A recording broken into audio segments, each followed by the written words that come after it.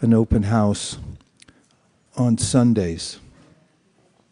Of course, it's an opportune day because Sunday's usually a day off.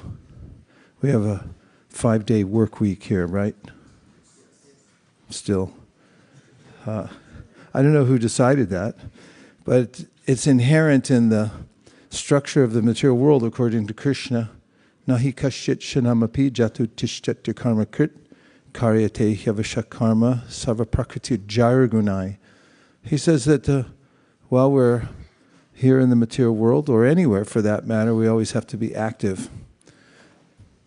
One of the tenets of a successful life, according to the Bhagavad Gita, which is our main and standard text, is as human beings we have the wherewithal to decide what kind of work we're going to do, rather than just work hard for nothing.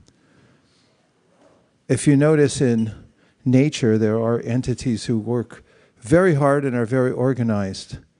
But of course, it's just my opinion, but the result they get is questionable. For instance, termites. Termites can live up to 20 years. Did you know that? They're a robust creature, and they also have social structure. They're very much dedicated to a caste system. They have workers, they have scouts, they have those who act as protectors of the queen, and they all live for the queen.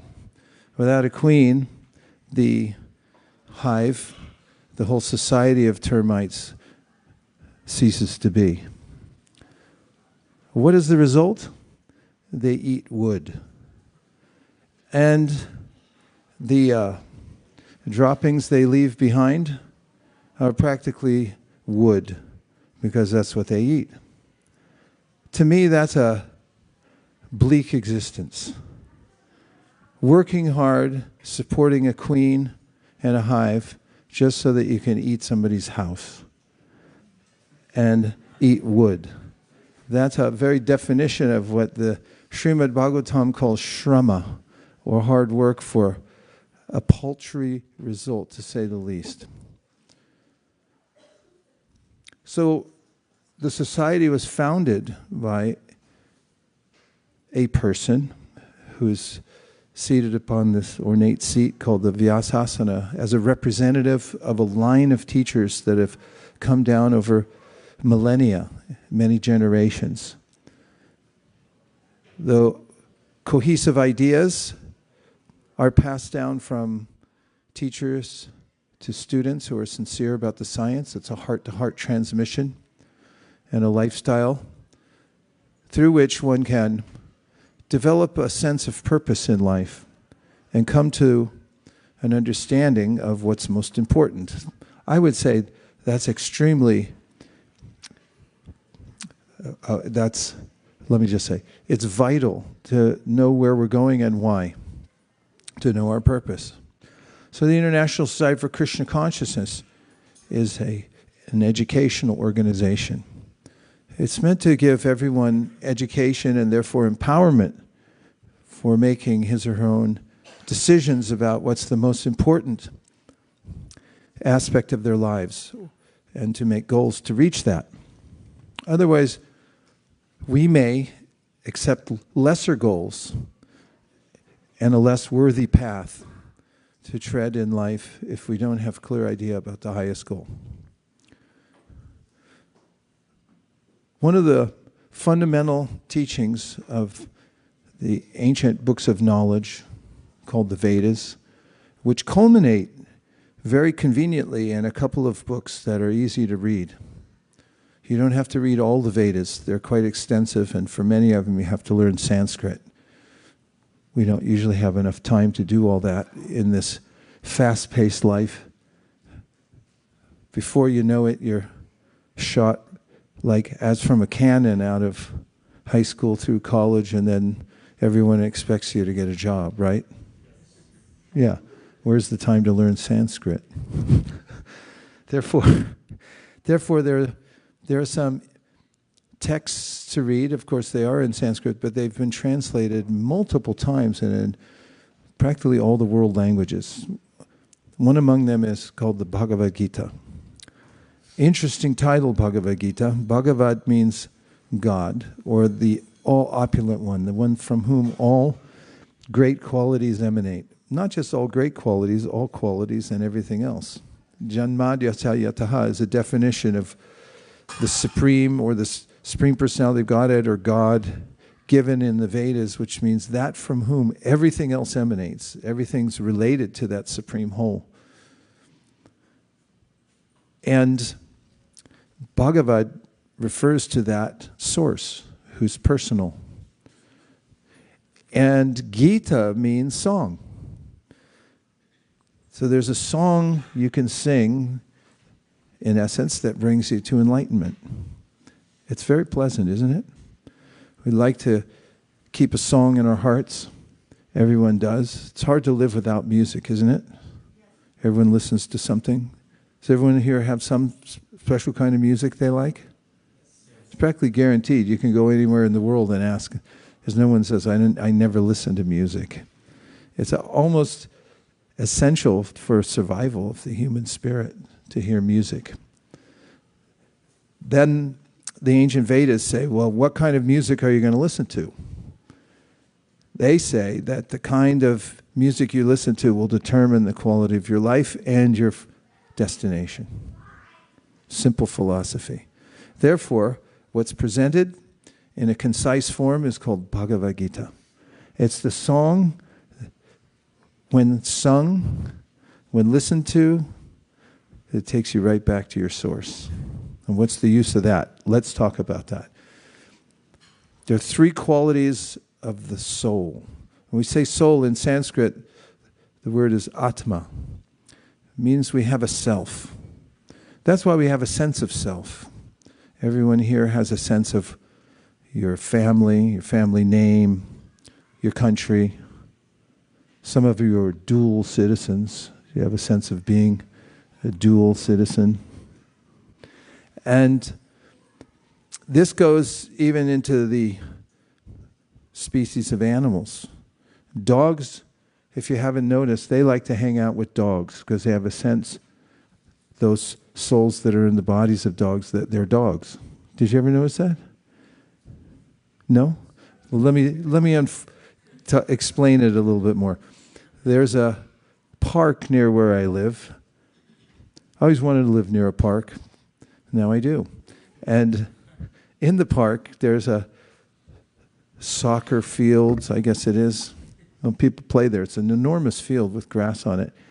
And one of the pastimes of the residents of my town is to take their dogs to the field at a certain time when it's allowed and let the dogs play. And dogs play with one another. And they also have a sense of what kind of dog they are or which territory they live in and so forth, because not while they're playing necessarily, but once they go back to their homes, when another dog walks by with its owner, then the dog who lives there will speak up about it and say, you don't live here, get out of here. I could speak it in dog language, but I think you've heard them speak like that before. They have a sense of self. They have a sense of belonging to a certain place. It's also in psychology called the id, or the ego, or a sense of being somebody, a person. I have an identity. And this is also enunciated in the Bhagavad Gita, that yes, you do have a sense of person. There is a sense, you have a sense of personhood because you are a person. And it's not just an accidental combination of matter.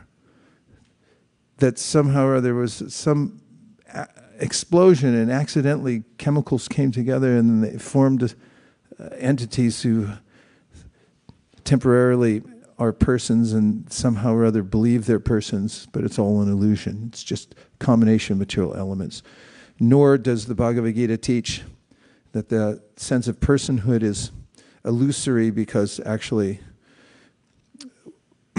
it's we're in a temporary contained situation, and once we leave our body and we leave our sense of personhood then will merge into a homogeneous oneness and lose our id or our ego or identity.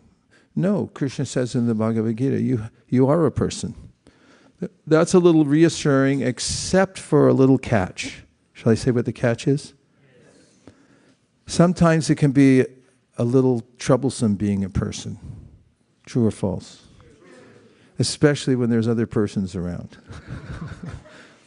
And there's also a sense that when somebody I'm attached to leaves the world, leaves their body, it's very disconcerting.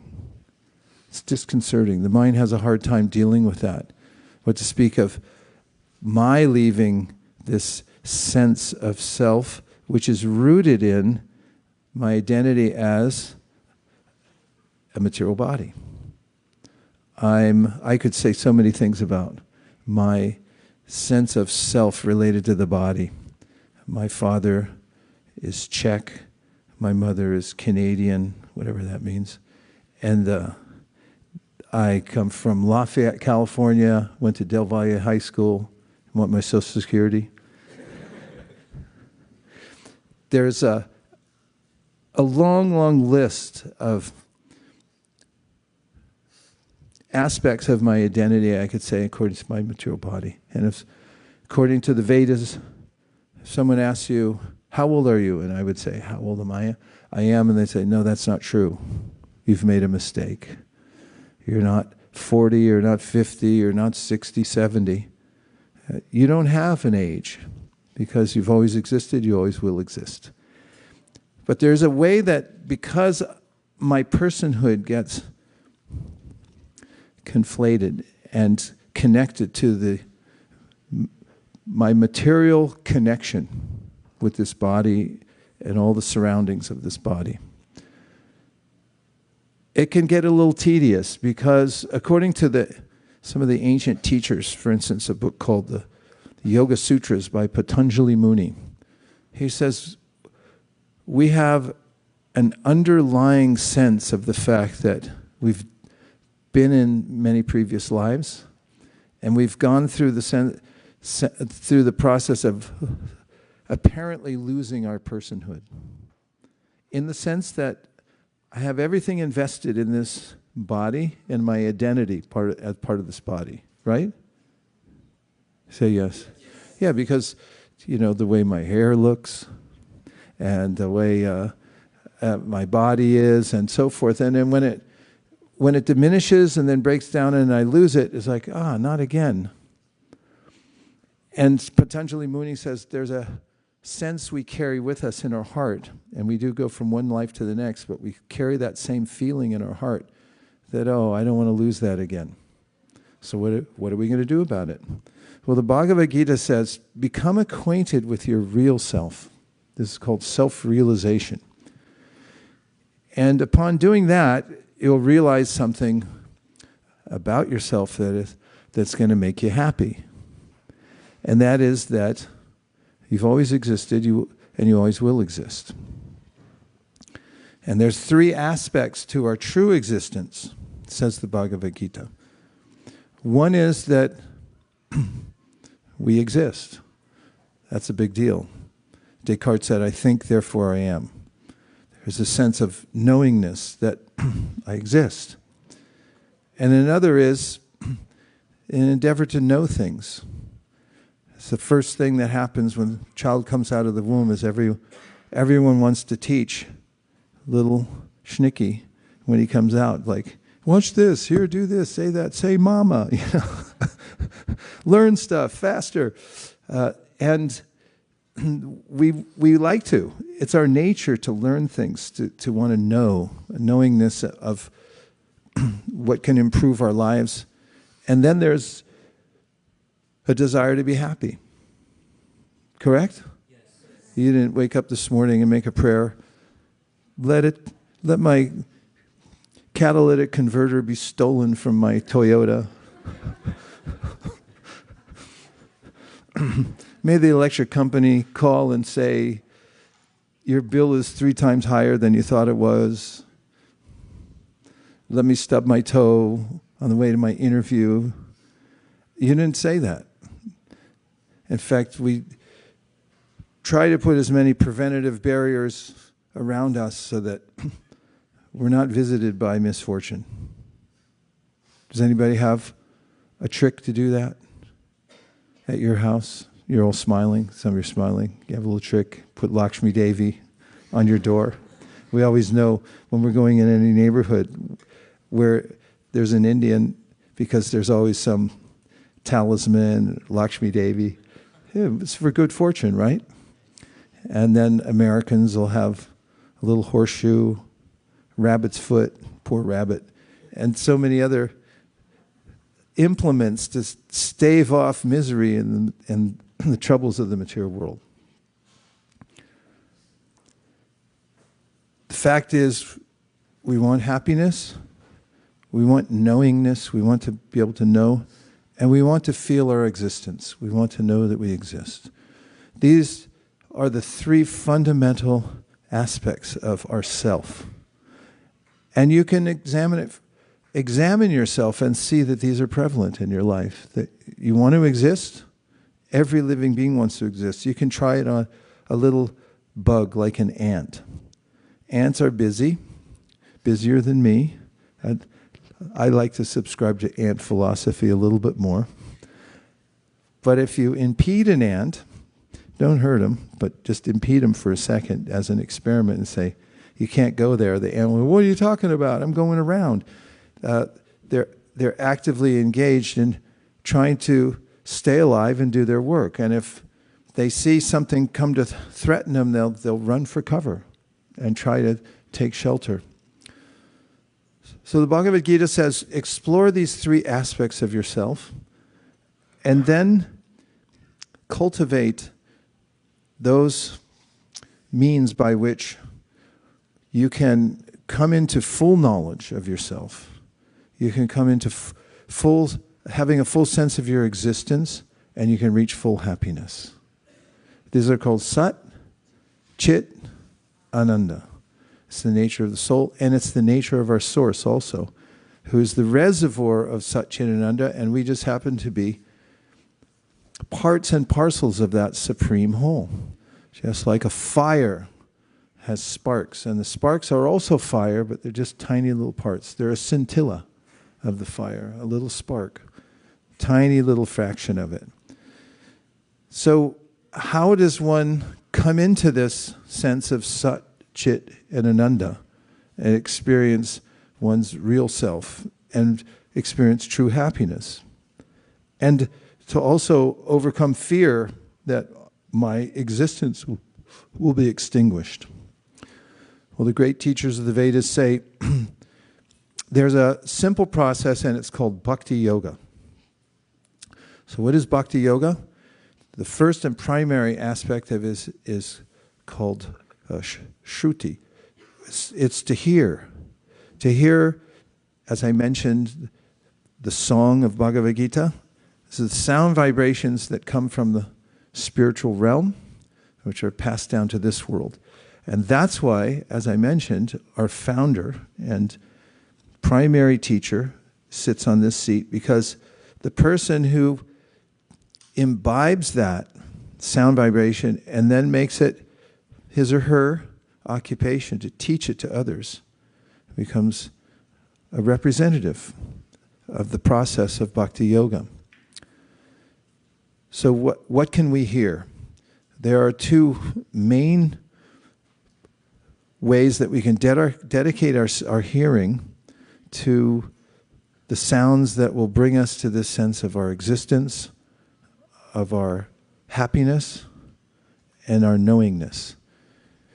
And one of them is a system of chanting a mantra. Man means mind, and tra means to deliver. So a mantra essentially takes you above the false identity of the self, that I am this body, and brings you into a direct awareness of your higher self in connection to your source, called Krishna, the Supreme Personality of Godhead, the source of all Sat, Chit, and Ananda, who's also a person, and from whom we emanate, and we're also persons. And the mantra, there are many, many mantras, but there's a primary mantra. It's called the Maha Mantra. Maha means great because of the great things it does. And one who takes to the practice of chanting the Maha Mantra will notice it has a sublime effect. In any circumstance you're in life where you feel challenged, let's name some, where you feel overwhelmed, you feel sad, work with me, stressed, what? Angry. Yeah, let it all out. Come on.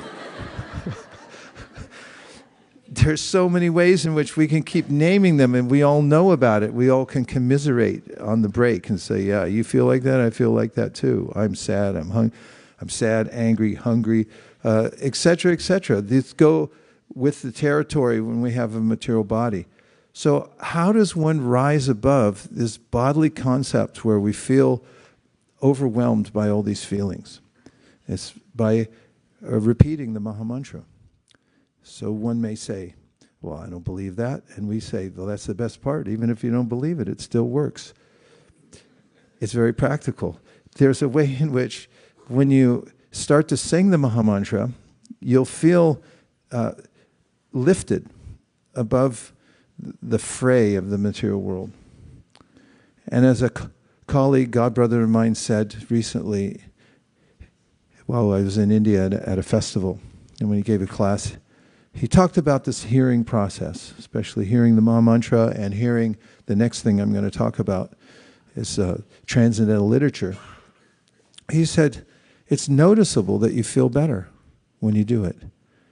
And you can predict that if you don't do it, you're going to come back into the mire of all these other feelings, of feeling overwhelmed by the material nature, because the material nature is overwhelming. But there is a way to rise above it, as I'm repeating. And it's to chant, we say, as we say easily, chant Hare Krishna. You can try saying that. Chant Hare Krishna. It's one of the solutions. So anyone can do this. You can do it at home. You could do it at a community center. Where else could you do it? In your car? In your car? In the shower? On a flight? On an airplane flight? At school? On book distribution? If you're a fisherman, you could do it while you're fishing. Huh? You do it while you're cooking. Grocery shopping. I never go, barely ever go shopping. My wife will attest to it. It's too overwhelming an experience for me. Too many choices. But if I chanted Hare Krishna, I could probably do it more. Aha!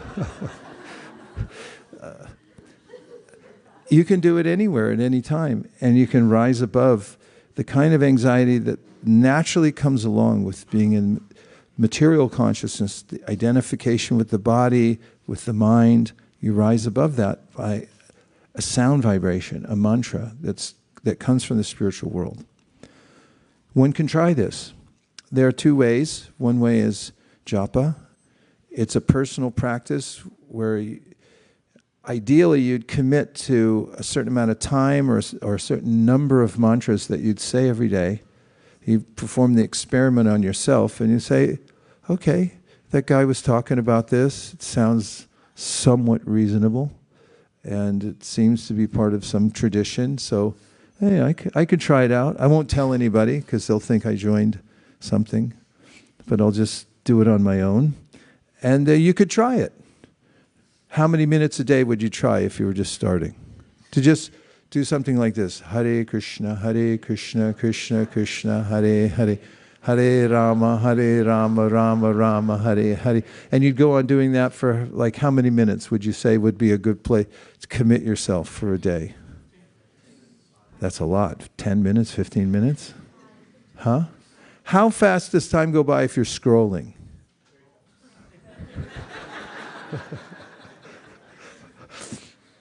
When you're chanting, it may be a good test. I mean, we could look into this. It may be a good test that the times when you feel that time's going really slow, maybe you're doing something more worthwhile. It's possible in many cases. So one could decide 1 minute, try 1 minute, or maybe 10 seconds. That may be more reasonable because maybe it's hard to break into these things. So you start with maybe 10 seconds a day of chanting. Let's see what it feels like at 10 seconds. I'll start when my second hand hits the 6. Are you ready? Let's try. Hare Krishna, Krishna Krishna, Hare Hare, Hare Rama, Rama Rama. Okay, you need 8 seconds. Could anybody afford 8 seconds in a day? Maybe.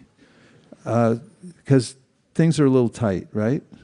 But if you could afford 8 seconds in a day, that would be one Mahamantra going kind of quickly the way we do. So you could start there and just see how you feel about it.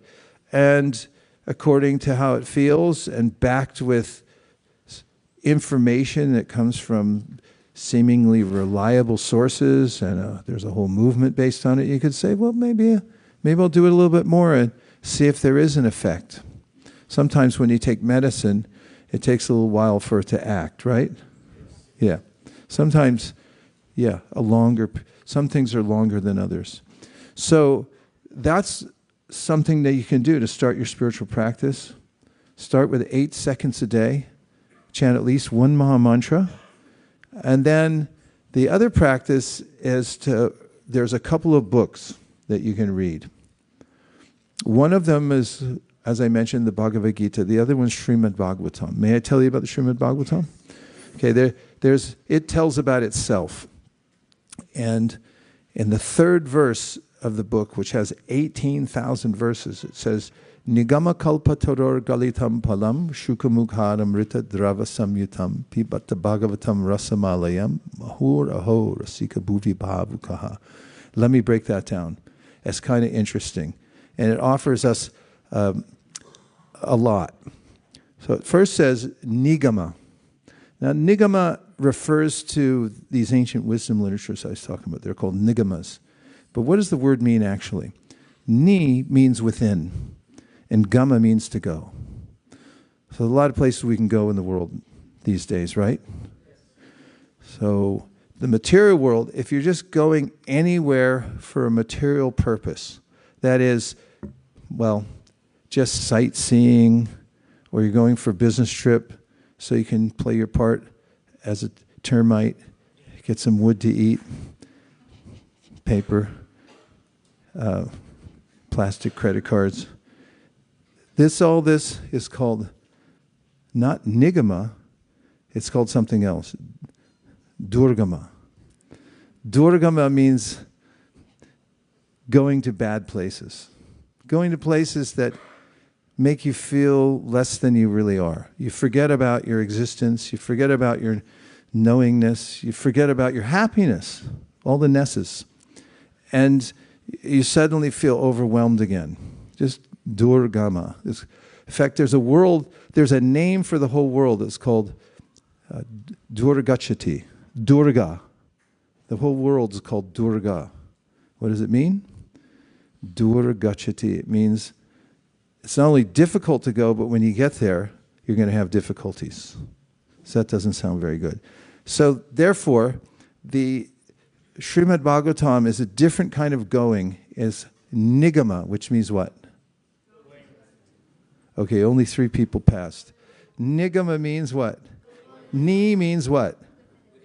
And gama means? Yeah, going within. So nigama kalpatoror. Now it starts to get poetical because kalpatoror means a tree that can give you whatever you want. Kalpa means like facilitate. It can facilitate you, and the word facilitate comes from Latin. It means to make things easier for you. Would you like that? Yes. No problem there. Kalpa taru, and a taru is a tree.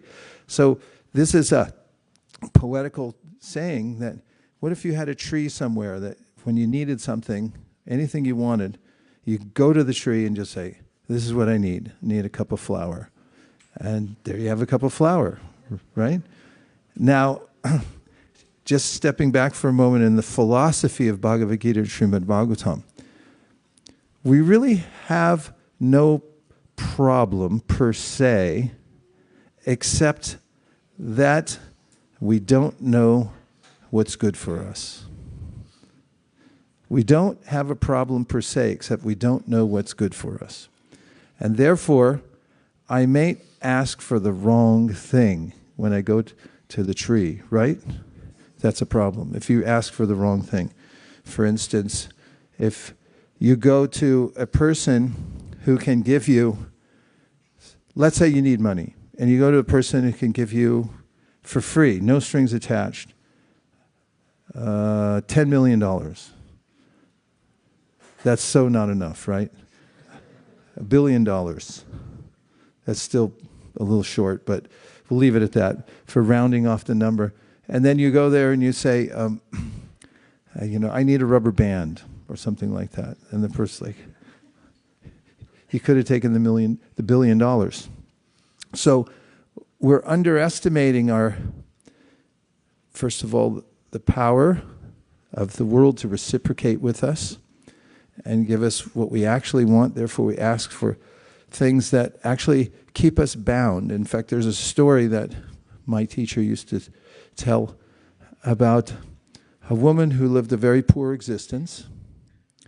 And for a living, she would walk a long distance.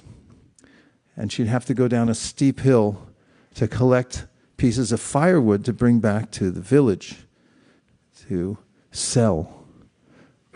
And it was hard for her to do that. She was getting older. And it was a long trek. And on her way up the hill one day, as she was bemoaning her hardships in life, she tripped on a pebble. And the wood that she was carrying on her head, it flew in every direction on the hill. Some of it started rolling down, and others were scattered so far because of the spill. And so, piteously, she fell to her knees and she prayed, "Oh my God, please help me." And she prayed so fervently that God appeared. I don't know which form, but some form of God appeared and said, "I'm here. I heard your prayer. How can I help you?" And she said, "Thank you. Could you please help me pick up these sticks and put them back on my head?" And there's a way in which I ask for something that's substandard again and again. So we may have the difficulty when we come to the tree of asking for the wrong thing. However, in this process I'm describing, which is very simple, it's chanting Hare Krishna and reading Srimad Bhagavatam, Bhagavad Gita, we'll be given guidance about what to ask for, so that tree that can fulfill all our desires will fulfill the desires that will actually make us happy. So the Bhagavatam says, Nigama kalpa toror galitam palam, shukamughad amrita drava samitam. And it describes the experience of reading the book itself as being that of taking the most tasty fruit you can imagine. What's the most tasty fruit you can imagine? Mango. What else? What? Pineapple. We need a little variety here. Apple. Fuji? Huh? Okay. Custard apple. Oh, yeah. Chiku? Yeah, chiku. I mean, there's so many fruits in the world. Peaches.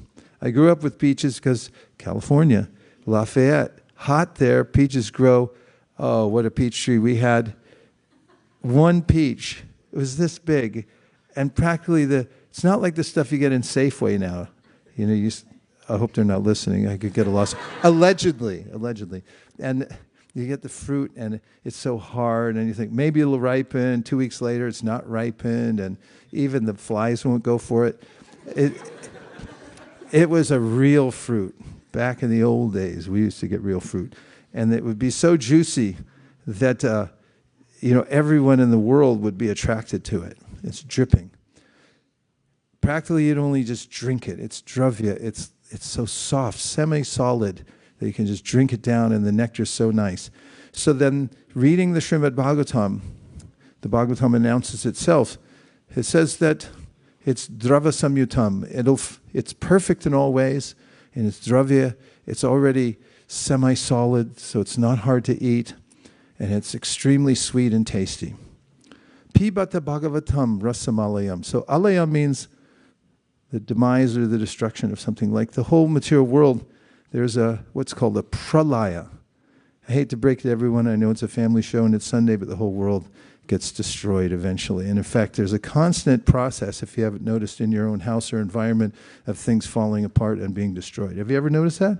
Leave your house for a while, you get an infestation of ants, termites, things fall apart, the wind, rain, how'd this get here? Mold, dust, everything.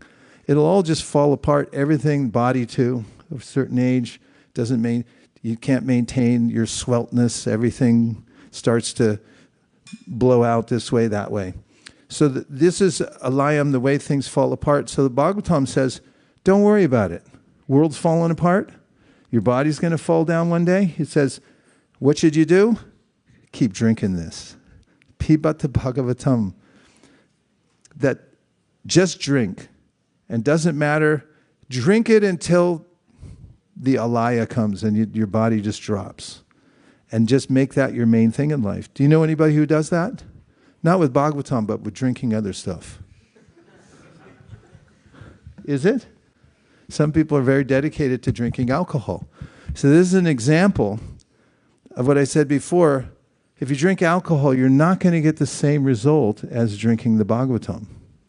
The Sri Upanishad says, Anyadevahor sambhavad, anyarahora sambhavad. Iti shushumadhiranam yenas tadvidjakshe. It says smart people have analyzed the world. And they've come up with this analysis that if you drink alcohol, you're not going to get the same result as if you drink the Srimad Bhagavatam by reading it. They're very different. So you have to be a little educated about how to experience the best in life, the highest taste. So the last line says, Pibata Bhagavatam rasamalayam mahur aho. Rasika is a word that comes from rasa. Rasa means the taste you get in something. Like when you eat the fruit and the rasa, I thought I was getting kicked out. Thank you. Enough of this stuff. That rasa means really the taste that you get from anything. We're looking for the taste, the essence, that, wow, that was fantastic. Let me drink it again. So the Bhagavatam is saying, don't worry, you're not going to be disappointed. You keep drinking this. It'll be so good that even while you're drinking it, you may pass out because it's so good. And then when you wake up again, what should you do? Take more. Just keep drinking. Don't stop. And it doesn't have the anomalies that regular intoxication has. In fact, I wrote an essay a while back. It was based on a song from the 1980s, I believe, by a person who's local here in California. I ran into him once at the airport while I was waiting in line. His name's Huey Lewis. And he wrote a song that became very popular called I Need a New Drug. And the lyrics of the song are interesting because he said, I need a new drug that doesn't, I can't remember. You know the song? Oh, I thought somebody was telling me the lyrics. I need a new drug. So he names all the wings. Okay, let me go to a thing you're more familiar with. Have you ever heard a drug company when they come out with a drug? It's a 2-minute commercial, and 1 minute and 50 seconds is a disclaimer. The first 10 seconds shows somebody driving a car and they're all happy and, the flowers everywhere. And then for 1 minute and 50 seconds, it names all the ways that it could kill you. And that, your tongue could turn black. What do we have here? Oh, I want a new drug, one that won't make me sick, one that won't make me crash my car or make me feel 3 feet thick. I want a new drug, one that won't hurt my head, one that won't make my mouth too dry or make my eyes too red, one that won't make me nervous, wondering what to do, one that makes me feel when I'm with you. And it goes on from there. Thank you. Our research department is on it today. So we want that. Everyone wants something you take. It doesn't make your head hurt. You don't wake up and think, what did I do? Or, get pulled over for driving under the influence, any of those things. But there is a strong effect. There is a way that we feel lifted to the new level. That's why everyone's looking for some thing to take, maybe a new diet, maybe if I just exercise more. I need that machine. I put it in my bedroom and I'll sure do it every day. Right. And then there's all these ways in which we're trying to get to this Sat Chit Ananda. But the Bhagavatam says, just drink this. Pibata Bhagavatam Rasamalayam Ahur Aho Mahur Aho Rasika. So Rasika is a person who knows how to get a higher taste, a refined taste. They don't want the lower taste. They're like, don't give me that stuff. I don't want to see it. Right? They want the best thing. What's the best thing? Highest taste, best choice I could possibly make. That's who they are. They're Rasikas. Rasika. Ahur Aho Rasika. Mahur Aho Rasika Bhuvi Bhavukaha. So such a person is the person who will take to the process of self-realization called Bhakti Yoga, where we're not trying to negate anything. We're trying to get that taste of the highest thing that wakes us up to our real self, to the taste we've always been looking for. And in that way, the Krishna consciousness movement is based on this principle. It's very sophisticated philosophically. But when it comes to the practice, it's 8 seconds a day to start with what? Maha Mantra. And it's reading these, well, there's 3 books. Bhagavad Gita, Srimad Bhagavatam, and Chaitanya Charitamrita. And it's 3 books that you can just keep in your home and you read them every day. And if you do these 2 things, you'll start to live the life of a self-realized person, of a Rasika, and taste the higher flavors of life where you feel inspired and you feel lifted above the anomalies of the material world. Om Tat Sat. That's all I had to say as an introduction today. And I'm so inspired by the fact that we have this opportunity to chant Hare Krishna anywhere and everywhere, in all circumstances. And it's something that the great teacher of Bhakti and the poet, Bhaktivinoda Thakur, said, don't worry about happiness and distress. Don't worry about stock market goes up and down. Just be focused on chanting Hare Krishna. It's the one place where you can invest your time, energy, and you'll actually get a result. And read Srimad Bhagavatam, Bhagavad Gita, and Chaitanya Charitamrita. That's what our movement is. It's really simple. And then there are other aspects that are simply joyful, like eating. Eating is such a joy when you are eating pure food. Food that's been cooked with love, offered to God, and then you can sit with others. You can take it and feel spiritually nourished, as well as filling your belly and feeling strength and vigor in your body. So let's see if there's any reflections on anything that I've mentioned so far. Reflection just means one thing that you heard that stuck with you, that you would pass on to somebody when you walk outside the classroom and somebody grabs you by your arm and says, what was that guy talking about in there? What's the one thing that you would tell them? Yes?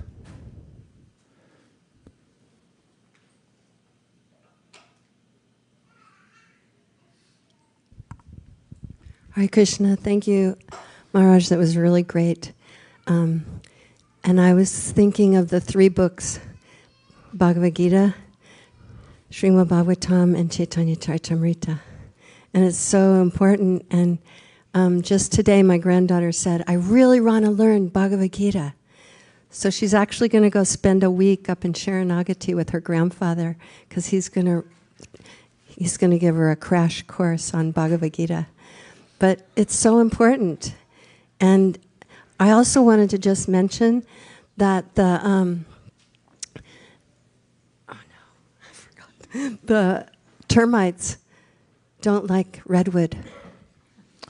Yeah, it has tannin in it. It's a kind of acidic thing. That's one of the reasons people build with redwood. Right. They took it all from the forests to rebuild San Francisco in the early 1900s because it's a good foundational wood because the termites won't eat it. Yeah, that's a good point. After the earthquake in San Francisco, everything burned down. So then they cut down all the redwood forests to build the city back again. We have a lot of redwood. They're growing back. They're prolific. Oh, that's good. You ought to know. You live in a redwood forest. Yeah, it's important to study the Bhagavad Gita. I'm doing it myself. It never gets old. It was really my start and my introduction to Krishna consciousness is reading the Bhagavad Gita. And then nowadays, I'm very dedicated to reading it every day. It centers my consciousness. I notice there's lots of advice available in the world today. Any bookstore, anytime you search YouTube, everyone's got some advice about, and much of it is, practical. Probably some of it is really good. But if you go straight to the Bhagavad Gita, you get information that is not only practical, but it's also transcendental. And there's a sense of fulfillment when you study the Bhagavad Gita. Even if you just take time to read one verse, two verses, or if you can get into the habit of reading more than that, for instance, like a whole chapter, even just the verses, but then if you can get into the explanations and the purports, oftentimes my feeling is if I hadn't have done this, my day would have been completely different. Or I wouldn't have been able to deal with the various tasks that I have to deal with today if I hadn't have done that. Okay, we'll take two more. Yes. And there's more online. Okay.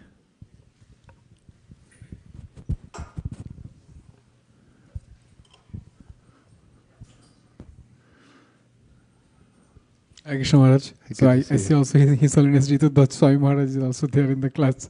So we are having association of all the exalted devotees in this moment, at this moment, yeah. Jitudha Swami Maharaj. Hare Krishna Maharaj, thank you for joining. Great to see you. Hare Krishna. Thank you. So Maharaj, you mentioned in the verse that Muhuraha Rasika Bhuvi Bhavuka. It seems like it's the subject matters of Bhagavatam are to be realized by those who are connoisseurs of devotional service. They know the importance, or they know those who have the test. But in a conditioned state, how we can develop a little bit of test, or what will help us in practical way. Yeah, I alluded earlier to those who drink other substances. And I do that rightfully because my spiritual master used to mention it too. And when he was asked the exact same question, he said, well, how do you become a drunkard? And he said, well, you go find some drunkards. You can find them. There are people that are so dedicated, and maybe they do it publicly. Some people do that. And they don't mind if you join them. Usually some park somewhere, and they have a bench, and they have their liquor, and you can go over and, I'm not recommending this, it's a metaphor. He said, and you go there, and if you sit with them for a little while, then they'll say, well, just try a little sip. Like I said, 8 seconds, Ma Mantra, one verse. They'll say, just try one sip. And they go, that's terrible. And they go, that's not so bad. Just keep trying it, And after a while, there's a sense of euphoria because the alcohol is killing all your brain cells and so forth. And then after a while, coming back, then you get good at it. And you can also become a drunkard by association. So that's why we have this. We come to regular programs. I just came from some of the most inspiring programs I've ever been to in my life. I just felt so uplifted. I was in, for example, Mayapur. And every morning there were devotees who have been practicing Krishna consciousness for 50 years plus, giving an hour-long class on the Srimad Bhagavatam. And just listening to those classes, I could experience it directly how I was benefited from doing that, from sitting in the class and just listening and being part of the assembly. Because when you get into assembly and everyone crowds in, people crowd in Mayapur. There's not so many seats and people come early. It's like people go to concerts. They'll go to see a musician and they'll camp out, or just watch a football game and they camp out overnight so they get in close. So when you're in an assembly of people who are getting there early, they want to be close, they want to hear the whole thing, it catches. We're so prone to the influence of our association. And so you become a drunkard by hanging out with drunkards. It's guaranteed you'll become a drunkard if you hang out with drunkards. And if you come spend time with Vaiśeṣikas, people who are relishing a taste of, so somebody likes to read Bhagavad Gita every day. If you're around them, then all of a sudden you'll start reading Bhagavad Gita. I don't have a taste, but I do have association of people who do. For instance, I can remember a time years ago when I was traveling with my friend Satyadev Prabhu, and we had a pact that wherever we went, that's the very juice, they brought me some. Wherever we'd go, we had a pact that every day we'd sit together and we'd chant a chapter of Bhagavad Gita.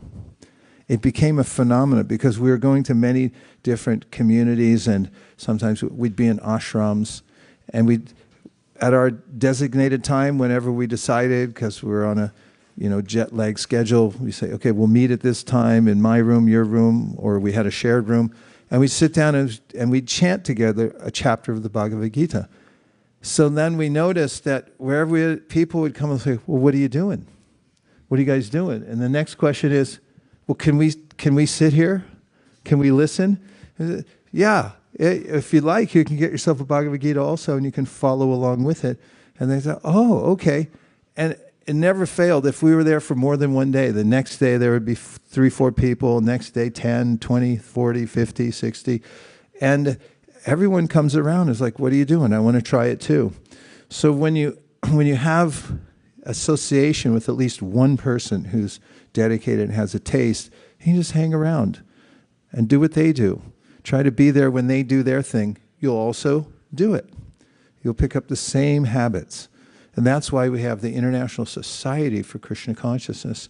And we have here even segmented aspects of our community like Bhakti community. It's a place where anybody that we find anywhere, even in public. Doesn't matter if you just met them for 5 minutes and they say, well, this sounds like a good idea. Say, great, why don't you join us for a program? You can come on Zoom and see how you like it. And people listen in, and afterwards they write in and they say, that sounded pretty good. I like the taste. And pretty soon they become Rasikas also. They won't settle for the lower thing. They don't want to drink something that you can ignite with a match. They want something that lights up their soul and that they feel happy, actually happy. Vrindasevika, where's there, please.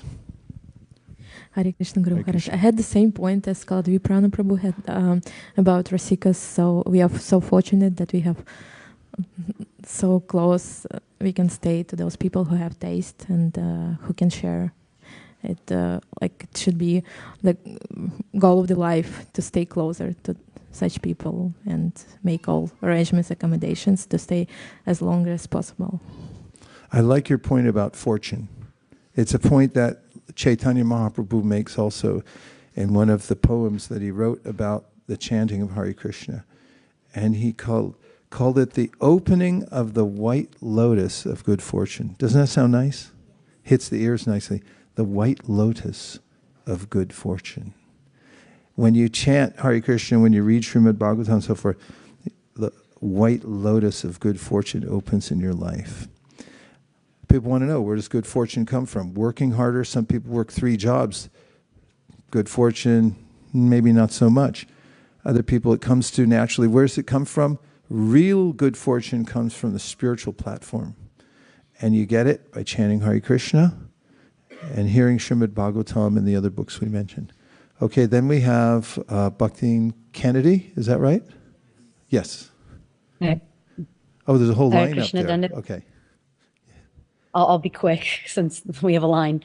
I was struck by what you were saying about intoxication and how we can either have a transcendental intoxication or a material intoxication. And before I came here to ISV, I was living in Portland, Oregon, which is quite famous for some forms of intoxication. And before then, I was an art major and a theater major, which also both have connotations of very specific kinds of intoxication. So we have this interesting natural propensity to want to alter our state of consciousness.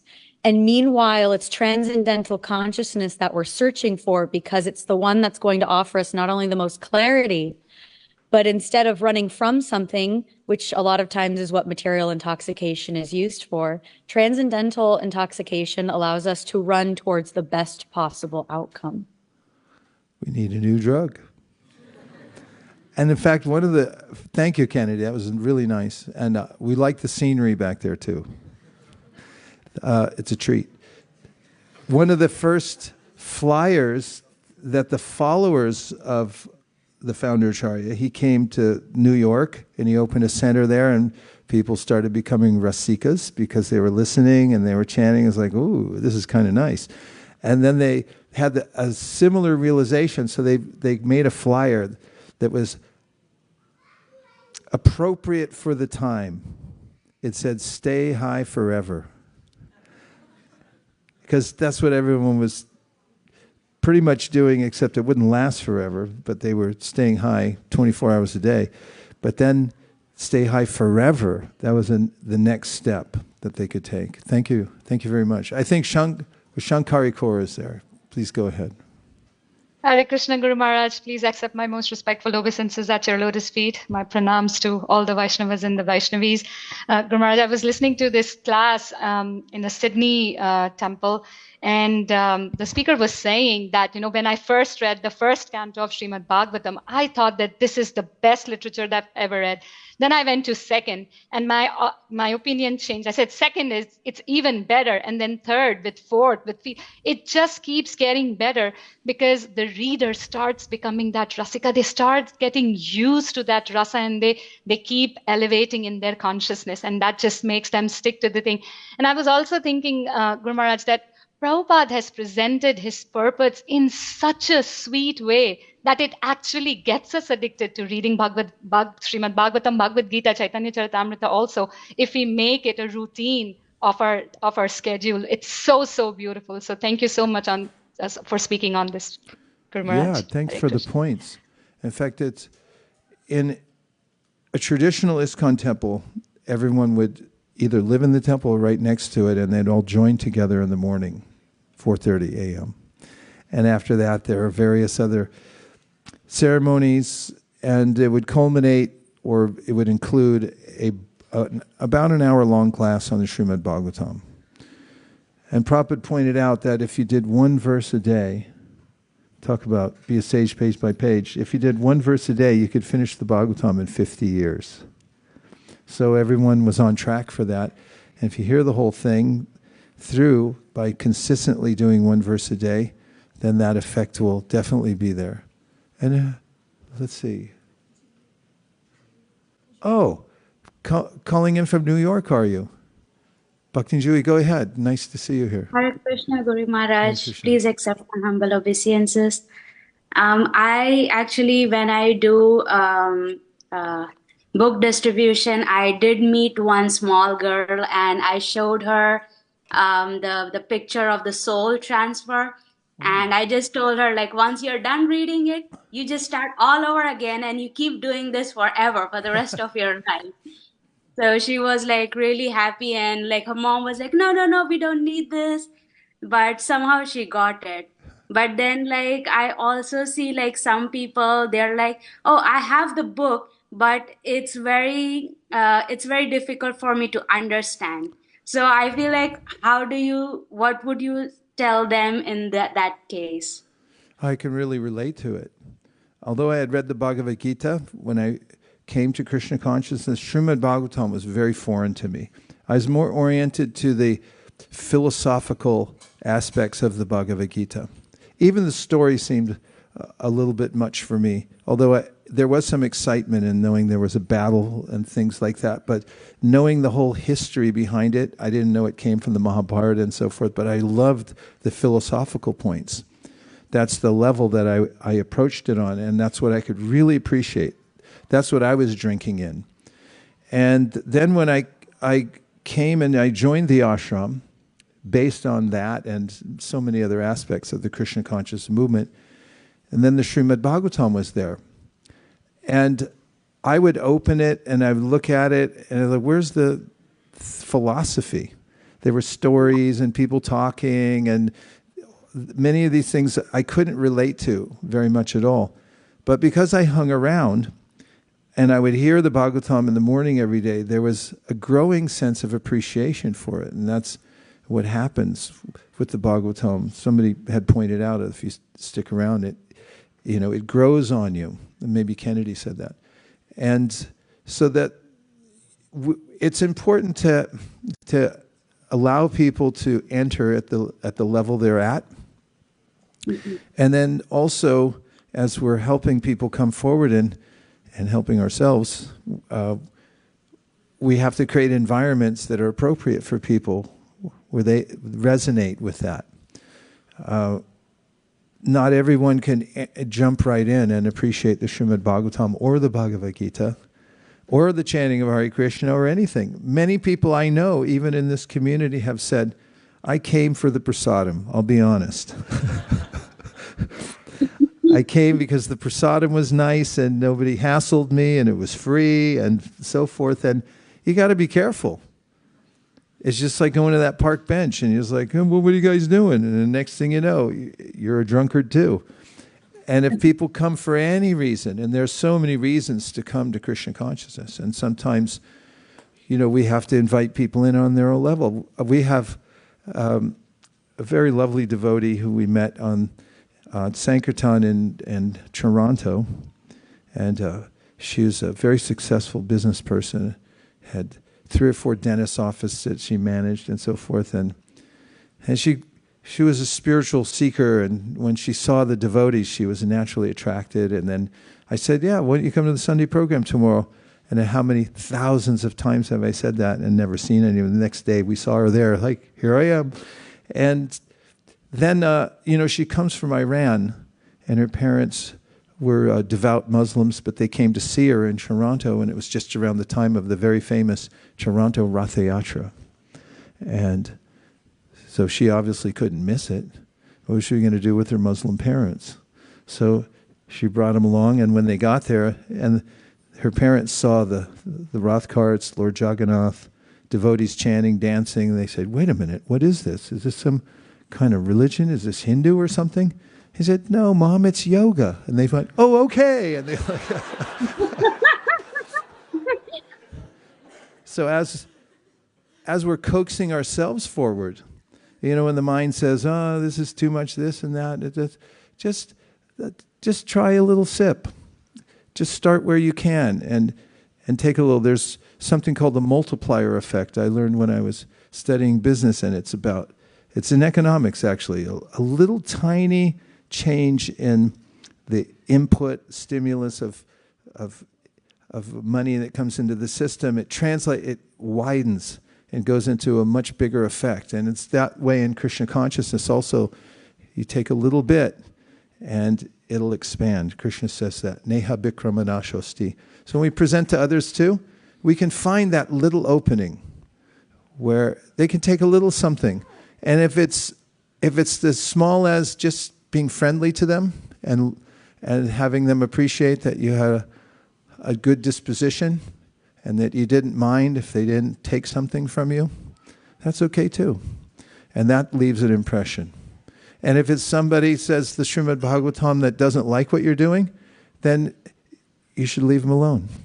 Let them pass unobstructed without any remonstration on your part, because that'll also leave an impression.